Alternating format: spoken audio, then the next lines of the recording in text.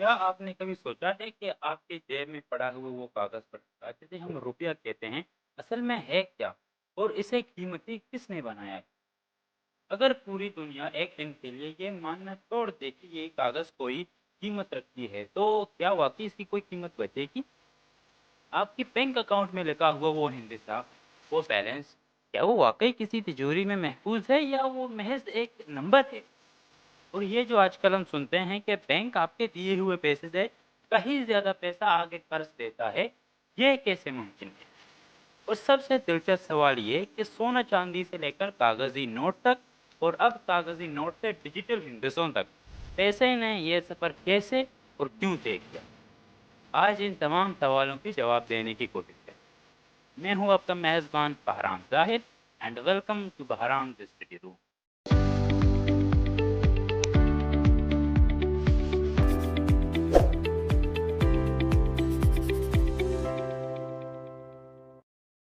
तसव्वुर करें आज से हजारों साल पहले का कोई एक दिन।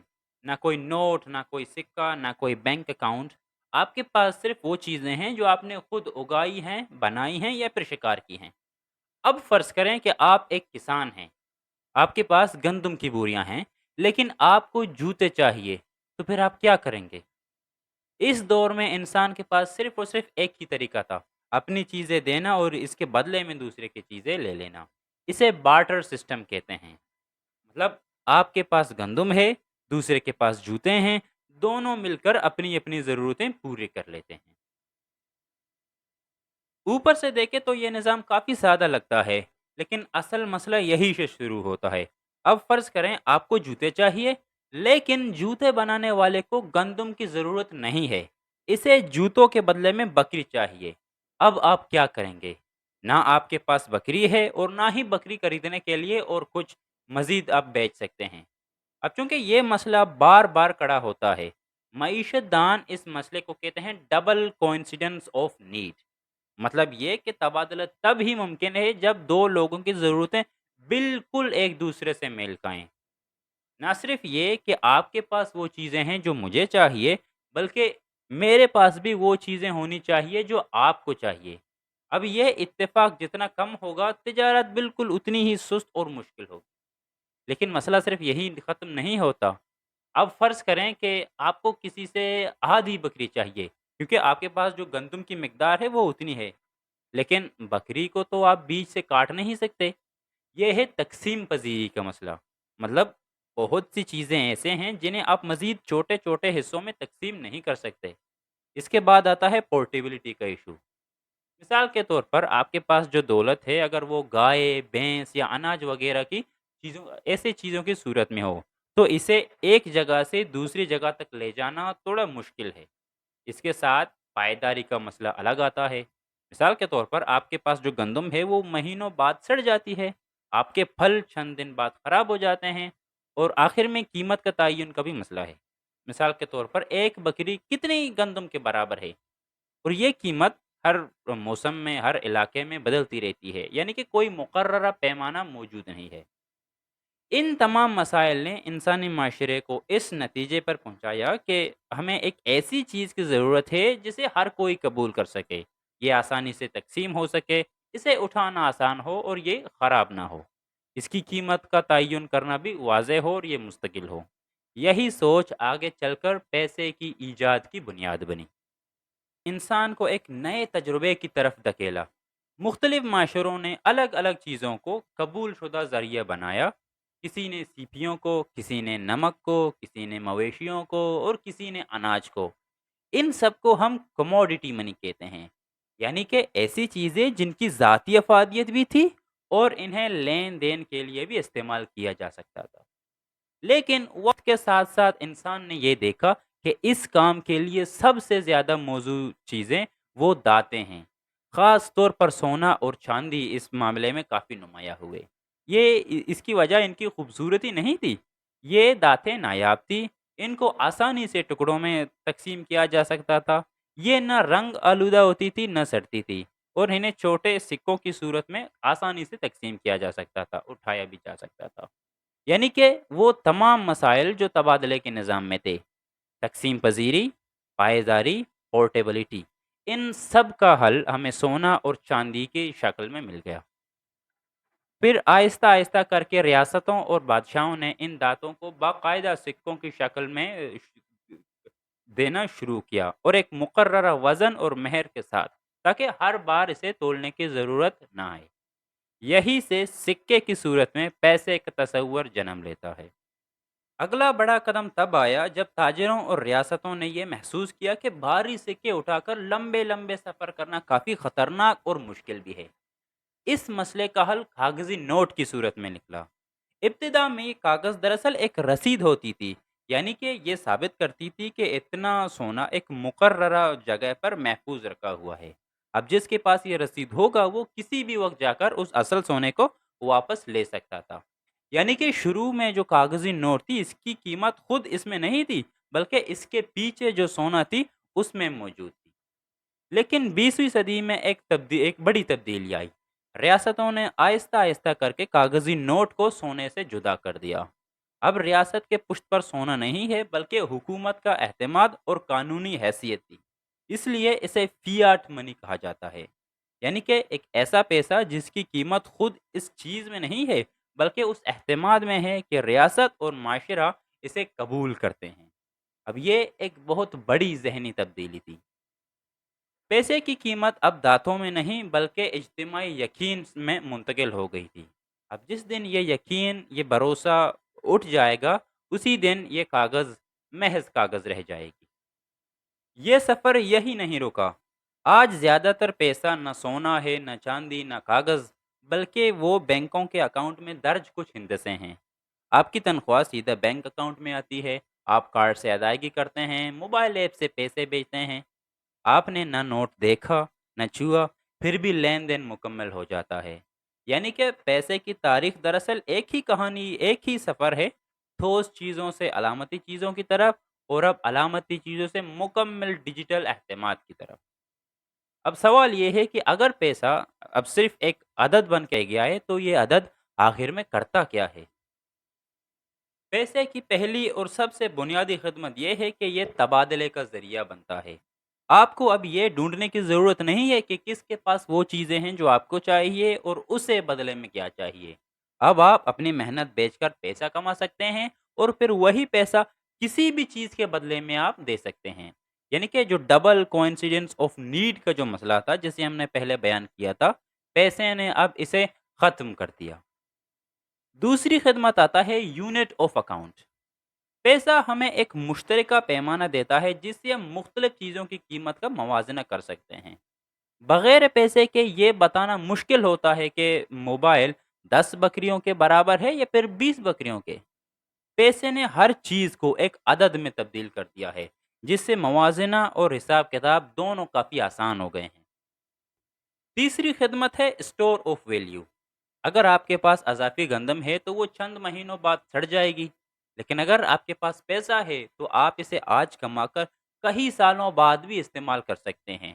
یعنی کہ پیسہ آپ کی آج کی محنت کو مستقبل کے لیے محفوظ کرتا ہے۔ ہاں، البتہ یہ خدمت اسی وقت تک قابل اعتماد ہے جب تک مہنگائی اس کی قدر کو، اس کی پرچیزنگ پاور کو کھا نہ جائے۔ اور چوتھی خدمت ہے اسٹینڈرڈ آف ڈیفرڈ پیمنٹ۔ یعنی کہ جب آپ کسی سے قرض لیتے ہیں یا کوئی چیز قسطوں پر خریدتے ہیں، تو پیسہ ہی وہ پیمانہ بنتا ہے جس میں مستقبل کی ادائیگی طے ہوتی ہے۔ آپ آج معاہدہ کرتے ہیں اور پیسہ مزید جب چاہیں ایک مہینے بعد، سالوں بعد دے دیں، کوئی مسئلہ نہیں ہے۔ یہ ڈیل ہوتی ہے، یہ پیسے کی نمبرز میں ہوتی ہے۔ ان چاروں خدمات کو ملا کر دیکھیں تو ایک بات واضح ہوتی ہے کہ پیسہ خود کوئی قدرتی چیز نہیں ہے، نہ ہی یہ سونا ہے، نہ ہی یہ کاغذ، نہ ہی یہ عدد۔ دراصل پیسہ ایک سماجی اور ایک معاشی ایجاد ہے، ایک ایسا نظام جسے انسانوں نے اپنی اجتماعی اعتماد پر کھڑا کیا۔ اس کی طاقت کسی مادے میں نہیں ہے، بلکہ اس یقین میں ہے کہ باقی سب لوگ بھی اسے قبول کریں گے۔ زیادہ تر لوگ سمجھتے ہیں کہ بینک ایک ایسی جگہ ہے جہاں پر ہم اپنا پیسہ رکھتے ہیں اور بینک اسے کسی تجوری میں محفوظ رکھتا ہے، اور جب ہم چاہیں اسے واپس لے سکتے ہیں۔ لیکن حقیقت اس سے بہت مختلف اور کہیں زیادہ پیچیدہ ہے۔ جب آپ اپنا پیسہ بینک میں جمع کرواتے ہیں تو وہ کسی تجوری میں نہیں بیٹھتا۔ بینک اس میں سے زیادہ تر حصہ दूसरे लोगों को कर्ज के तौर पर देता है। किसी को घर बनाने के लिए, किसी को कारोबार के लिए, किसी को गाड़ी खरीदने के लिए। बैंक सिर्फ थोड़ा-सा हिस्सा अपने पास महफूज़ रखता है ताकि रोज़मर्रा की जो वापसियाँ हैं, वो निज़ाम चलता रहे। यहीं से वो हैरानकुन हकीकत शुरू होती है, दरअसल बैंक नया पैसा बना सकते हैं। अब फ़र्ज़ करें आप बैंक में 1 लाख रुपया जमा करवाते हैं। बैंक इसमें से कुछ हिस्सा मसलन 10,000 अपने पास महफूज रखता है और बाकी 90,000 कर्ज के तौर पर किसी दूसरे शख्स को दे देता है। अब वो शख्स ये 90,000 दुकानदार को अदा करता है। दुकानदार ये रकम दोबारा अपने बैंक अकाउंट में जमा करवा देता है। अब इस बैंक के पास 90,000 का एक नया ज़ख़ीरा आ गया, जिसमें से वो फिर एक मर्तबा एक हिस्सा महफूज रखेगा अपने पास और बाकी हिस्सा दोबारा कर्ज के तौर पर दे देता है। ये सिलसिला आगे बढ़ता रहता है और एक ही असल रकम बार-बार कर्ज बनती है और निज़ाम में मौजूद असल पैसा जो है, उससे कहीं ज़्यादा बन जाती है। यानी कि आपका वो 1 लाख रुपया निज़ाम में घूमता हुआ कई लाख रुपए की सूरत इख्तियार कर लेता है। इसे माशी ज़ुबान में कहते हैं क्रेडिट क्रिएशन, यानी कि कर्ज के ज़रिए नए पैसे की तख्लीक। अब सवाल ये उठता है कि अगर बैंक इतनी आसानी से नए पैसे बना सकते हैं तो क्या इन्हें कोई लगाम भी है कि नहीं? और यही आता है मरकजी बैंक का किरदार। हर एक मुल्क में एक मरकजी बैंक होती है जो बाकी तमाम बैंकों की निगरानी करता है। पाकिस्तान में ये जिम्मेदारी स्टेट बैंक ऑफ पाकिस्तान की जिम्मेदारी है। मरकजी बैंक कई तरीकों से इस निज़ाम को कंट्रोल करने की कोशिश करता है। वो बैंकों को पाबंद करता है कि वो अपने पास एक मखसूस रकम जमा लाजुमन रखें, यानी कि जो रोज़मर्रा की वापसियाँ हैं वो बरकरार रहें। इसे कहते हैं रिजर्व रिक्वायरमेंट रेशो। वो सूद की वो बुनियादी शरह भी तय करते हैं जिसके ज़रिए आमतौर पर बैंक कर्ज देते हैं। ये पॉलिसी रेट कहलाती है। जब मरकज़ी बैंक ये शरह यानी कि पॉलिसी रेट बढ़ाते हैं तो कर्ज लेना महंगा हो जाता है और लोग कर्ज कम लेते हैं और निज़ाम में जो पैसा है उसकी रवानी थोड़ी सुस्त हो जाती है। और जब ये पॉलिसी रेट कम होती है तो अमल उल्टा होता है, यानी कि कर्ज सस्ता होता है और मईशत में पैसे की रवानी वो तेज़ होती है, ज़्यादा पैसा गर्दिश में होता है। अब पैसे की मिकदार को समझने के लिए माहिरीन ये नहीं गिनते कि कितने नोट छपे हुए हैं, बल्कि वो ये देखते हैं कि पैसा कितनी आसानी से इस्तेमाल हो सकता है। इसे बुनियादी तौर पर कुछ कैटेगरीज़ में तक़सीम करते हैं और हर एक कैटेगरी पिछले वाले कैटेगरी से ज़्यादा वसी होता रहता है। सबसे पहले हमारे पास आता है M0 का दर्जा।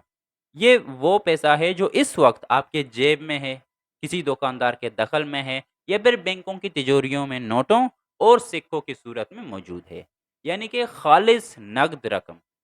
अगला दर्जा आता है M1 का। इसमें M0 की सारी नकद रकम भी शामिल है और इसके साथ वो रकम भी शामिल है जो आम तौर पर आप अपने अकाउंट में रखते हैं, जिसे करंट अकाउंट कहते हैं। और इसे आप जब भी एटीएम वगैरह या किसी चीज़ से चेक वगैरह से निकालना चाहें तो आप इसे फौरी तौर पर निकाल सकते हैं। इससे आगे आता है M2। M2 में M1 और M0 दोनों आते हैं। इसमें वो बचत खाते और डिपॉजिट्स शामिल हैं जिन पे थोड़ा-सा सूद मिलता है। लेकिन रकम निकालने पर कुछ पाबंदियाँ या फिर कुछ वक़्त की हदूद होते हैं। ये मुख्तसर मुद्दत की जमा-शुदा रकम भी इसमें ये भी शामिल हैं, जिसे फ़ौरी तौर पर आप नहीं निकाल सकते, यानी कि चंद दिन या वो हफ्तों की नोटिस के बाद आप इसे निकाल सकते हैं। मिसाल के तौर पर अगर आप बैंक में 6 महीने के लिए कोई रकम जमा करवाते हैं, तो ये M0 या फिर M1 में शुमार नहीं होता क्योंकि आप इसे फ़ौरी तौर पर इस्तेमाल नहीं कर सकते। लेकिन वो M2 का हिस्सा ज़रूर बनता है। इन कैटेगरीज़ को समझने का मकसद सिर्फ़ और सिर्फ़ दर्जाबंदी नहीं है, बल्कि एक अमली ज़रूरत है।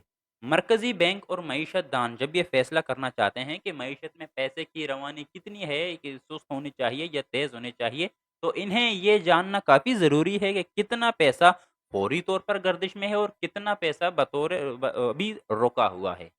अगर सिर्फ नकद रकम गिने जाए तो तस्वीर आधी अधूरी रह जाती है, क्योंकि आजकल ज़्यादातर जो पैसा है, जो लेन-देन है, वो बैंक के अकाउंट के ज़रिए होता है।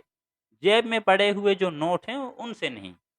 यही वजह है कि पॉलिसी बनाते वक्त मरकज़ी बैंक आम तौर पर M1 और M2 के एदाद-ओ-शुमार पर ज़्यादा तवज्जो देते हैं, न कि इसके कि वो M0 पर ही इन्हिसार करें। अब यहाँ पर एक अहम ताल्लुक समझना ज़रूरी है, वो है पैसे की मिकदार और महंगाई का रिश्ता। अगर मईशत में अशिया और खिदमात की मिकदार वही रहे, लेकिन निज़ाम में गर्दिश करने वाला पैसा ज़्यादा बढ़ जाए, तो हर चीज़ की कीमत बढ़ना शुरू हो जाती है, क्योंकि उतनी ही अशिया के पीछे अब ज़्यादा पैसा दौड़ रहा है। इसे आम ज़ुबान में हम महंगाई कहते हैं। यही वजह है कि मरकज़ी बैंक पैसे की छपाई और कर्ज की रवानी पर एक कड़ी नज़र रखती है। ज़्यादा पैसा बगैर पैदावार के